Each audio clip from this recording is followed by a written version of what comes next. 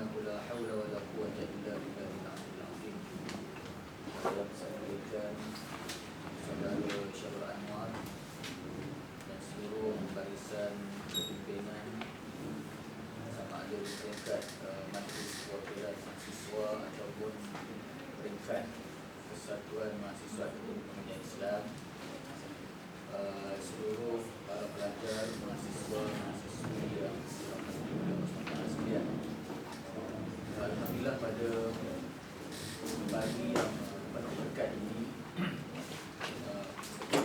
insya-Allah kita akan memulakan siri Halaqah Usrah Al-Kubra yang merupakan satu liqa al-muqaddas, satu pertemuan di atas niat yang suci, iaitu untuk memperkasakan kefahaman dan juga kesedaran, keinsafan di kalangan komuniti mahasiswa khususnya di Islam, supaya kita dapat mendapat gambaran yang jelas mengenai peranan, tanggungjawab, kewajipan dan apakah persediaan-persediaan yang sepatutnya dimiliki oleh seorang mahasiswa, mahasiswi khususnya yang menceburi dan memperdalami bidang pengajian Islam. Dengan persediaan yang agak kurang dan juga kurang teratur, maka insya-Allah pada kesempatan yang terbatas ini Ustaz akan memberikan sedikit gambaran yang sebenarnya bukanlah suatu yang baru. Ustaz rasa bahawa yang akan kita bincang ini lebih kepada tazkirah, peringatan, lebih kepada penegasan dan pengukuhan. Kalaupun tidak, ianya merupakan pengulangan yang menyebabkan kita menjadi jemu. Tapi dengan kepimpinan yang baru ini, mereka mempunyai kesungguhan dan azam untuk melihat para mahasiswa kembali kepada landasan yang menjadi keutamaan asas mereka sebagai penuntut ilmu agama. Jadi insya-Allah dalam kesempatan yang ada ini, jadi depan kita ni dalam keadaan tidak teratur, dengan slide pun tak ada, sekadar apa yang boleh Ustaz kongsikan pagi ini dengan membacakan beberapa pesanan daripada Allah dan Rasul, khususnya kepada mereka yang digelar sebagai penuntut ilmu agama. Jadi di mana kita nak mula sini?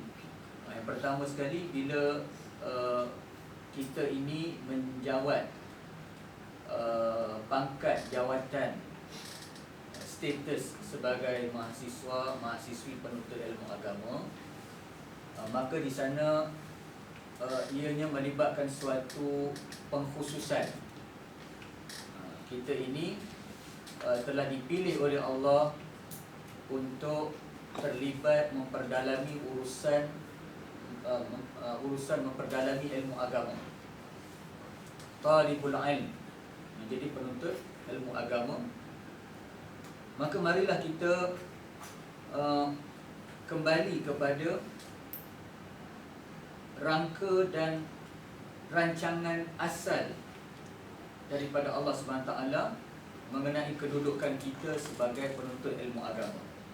Begitu juga kita lihat bagaimanakah budaya ilmu yang ada di kalangan para sahabat yang menjadi batu asas kepada kepimpinan Islam di bidang ilmu secara keseluruhannya terhadap tamadun peradaban manusia sejagat. Jadi kita pergi terlebih dahulu kepada suatu yang penting, iaitu mengenai hakikat Islam itu sendiri. Islam ini mempunyai pelbagai takrif dan pengertian. Boleh saja kita mengenal Islam sebagai suatu sifat. Islam ni suatu sifat. Sifat apa?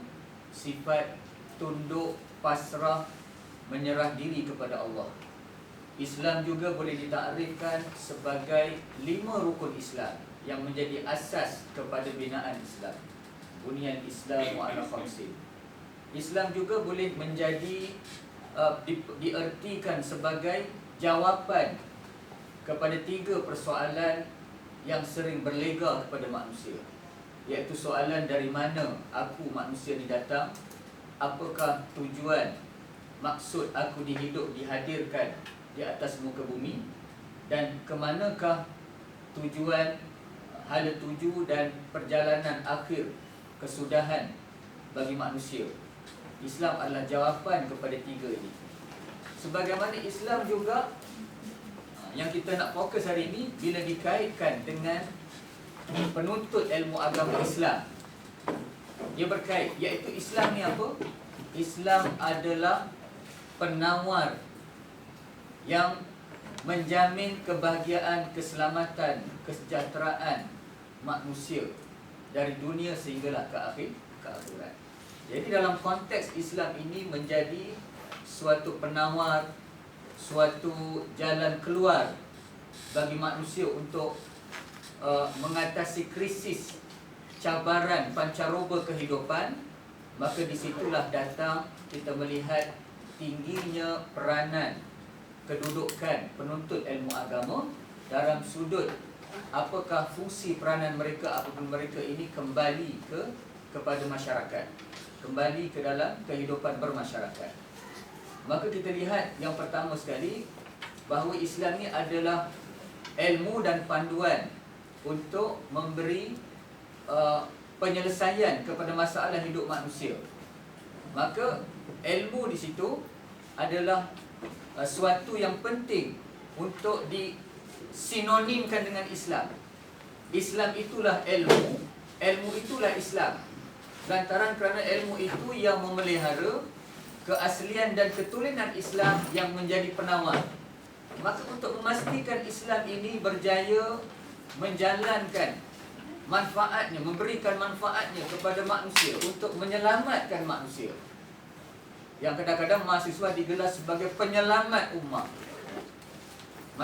Mahasiswa adalah jurubicara ummah, menjadi ejen perubahan. Ke arah mana kita nak ubah?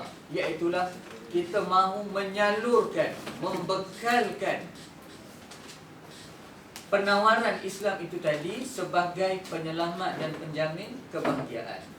Maka sudah tentulah isi kandung Islam itu yang sekaligus merupakan ilmu, itulah dia merupakan penawar penyelesaian. Jadi ramuan kebahagiaan yang ditawarkan oleh Islam itu terletak, terkandung di dalam ilmu yang dipelajari secara khusus oleh para pelajar. Sama ada ilmu tadi disebut ilmu usuluddin dalam rangkumannya yang luas, iaitu dalam bentuk iktikad kepercayaan, dalam bentuk teori dan juga konsep-konsep ajaran Islam. Juga ilmu Islam dalam bentuk syariah, dalam bentuk jaluran syariah, iaitu disiplin syariah yang merupakan kaedah tata cara untuk mengisi kehidupan. Apakah garis panduan Islam dalam memandu kehidupan dari sudut kehidupan manusia, itu dari sudut syariah. Maka ajaran aspek usuluddin dan syariah ini merupakan penyelesaian dan juga penawar kepada masyarakat.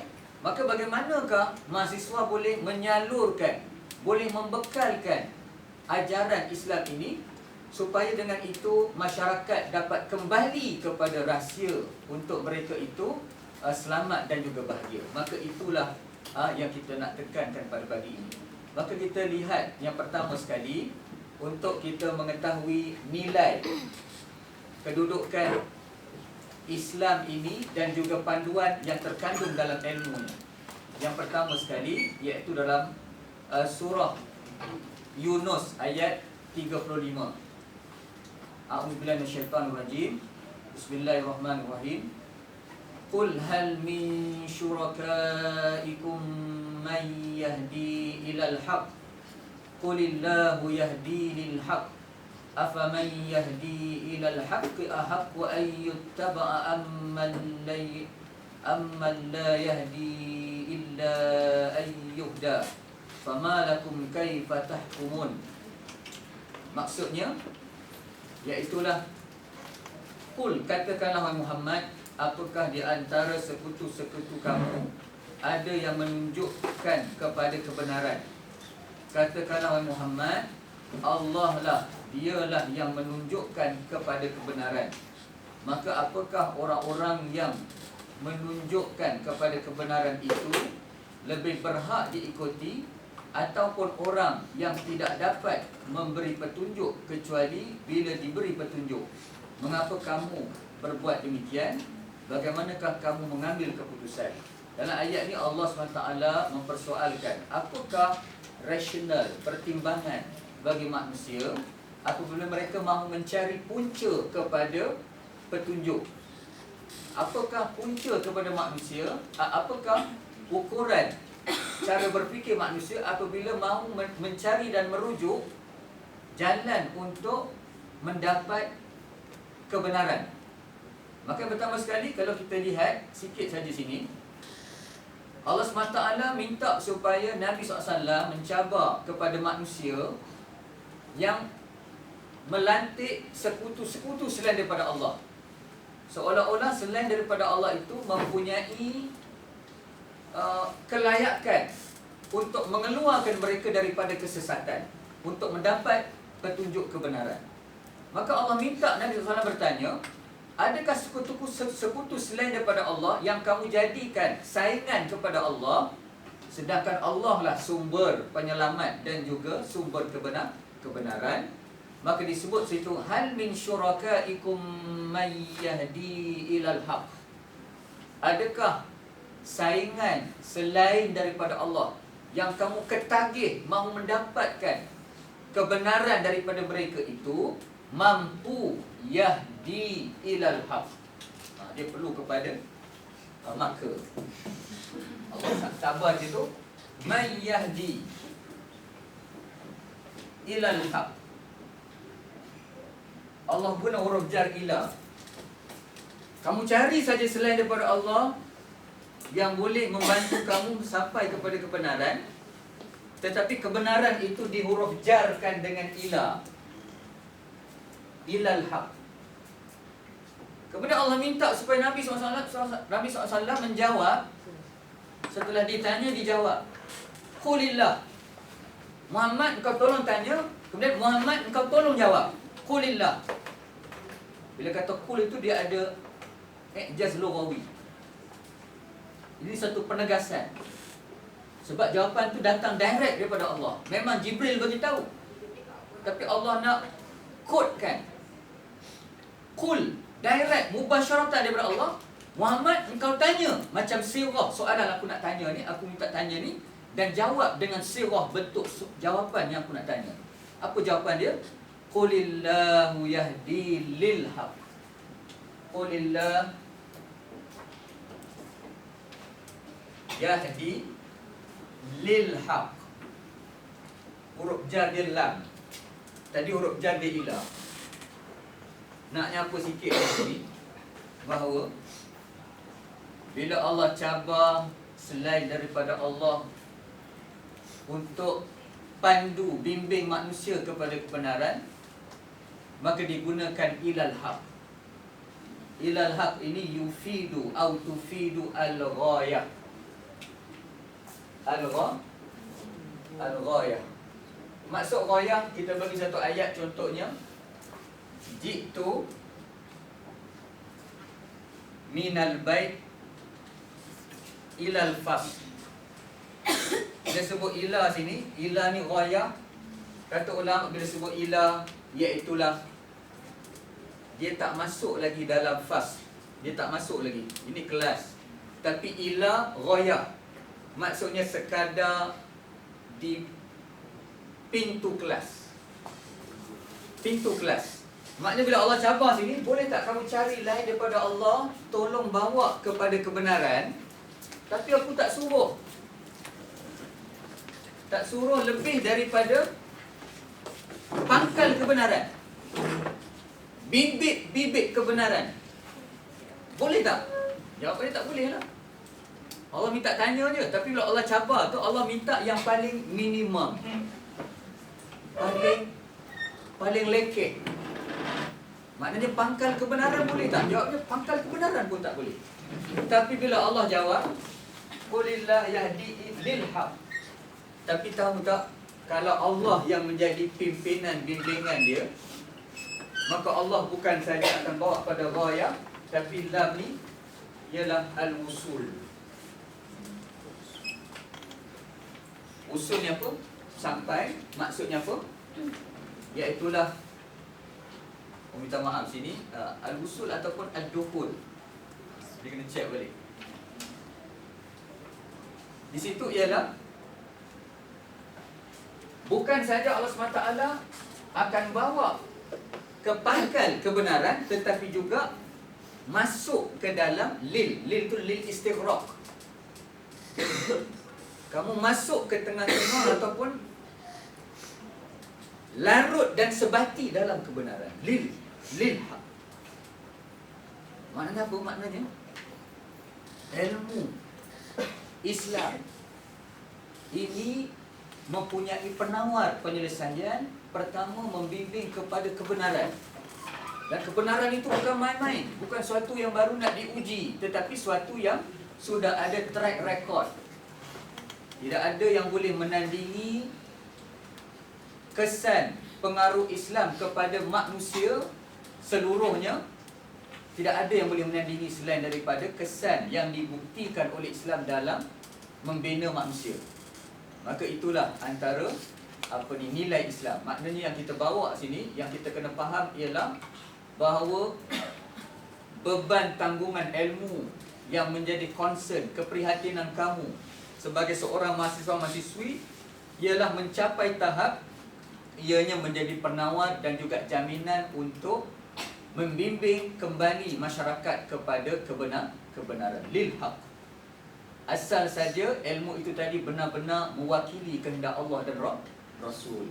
Dia tambah lagi kualiti lain, iaitu mesti amanah, mesti ada sifat-sifat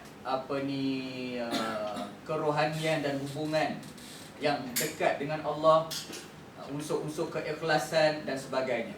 Yang kita cerita ni dari sudut kapasiti, muatan ilmu yang kita pelajari itu ialah mempunyai potensi untuk membimbing manusia kepada kebenaran. Kalau manusia tanpa agama, dia cuba juga bawa dengan psikologi, dengan sosiologi, dengan pendidikan, dengan kajian sejarah dan sebagainya. Tapi kalau tidak dikaitkan dengan Islam, maka dia tidak membuahkan seperti mana yang diharapkan oleh manusia. Seperti mana juga dalam satu lagi firman Allah dalam surah Al-An'am ayat 122, a'udzubillahi minasyaitonirrajim. Bismillahirrahmanirrahim.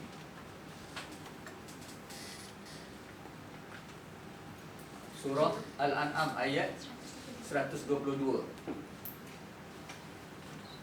Awaman kana maitan fa ahyaynahu wa ja'alna lahu nuran yamshi bihi fin nas kaman mathaluhu fiz zulumati laysa bi kharijin minha.